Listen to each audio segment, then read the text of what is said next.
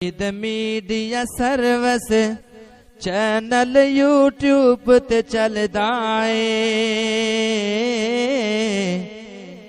یزدانی شہید media service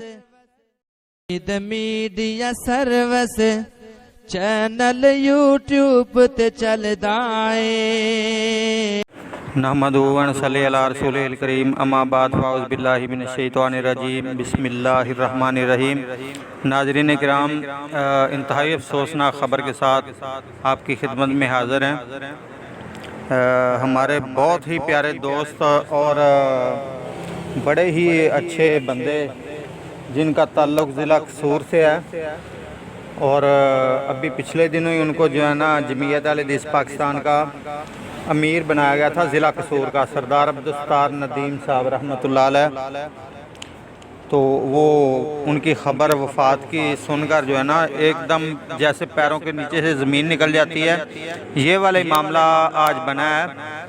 تو ہمیں جو ہے نا یہ نہیں ہوتا کہ ہم مطلب مرکزی جمعیت کا کوئی بندہ فوت ہو تو ہم نے اس کی خبر لگانی ہے، جمعیت اہل حدیث کا کوئی فوت ہو تو ہم نے صرف اس کی خبر لگانی ہے۔ الحمدللہ ہم شہداء اہل حدیث کے پروانے ہیں۔ ہمارے لیے تمام اہل حدیث ایک جیسے ہیں اور برابر ہیں، ہم کسی میں فرق نہیں کرتے الحمدللہ۔ اور جو ہے نا میرے لیے تمام جماعتوں کے امیر، تمام جماعتوں کے صدر، تمام جماعتوں کے جو سربراہ ہیں وہ میرے لیے قابل احترام ہے، اور میں سب کی عزت کرتا ہوں۔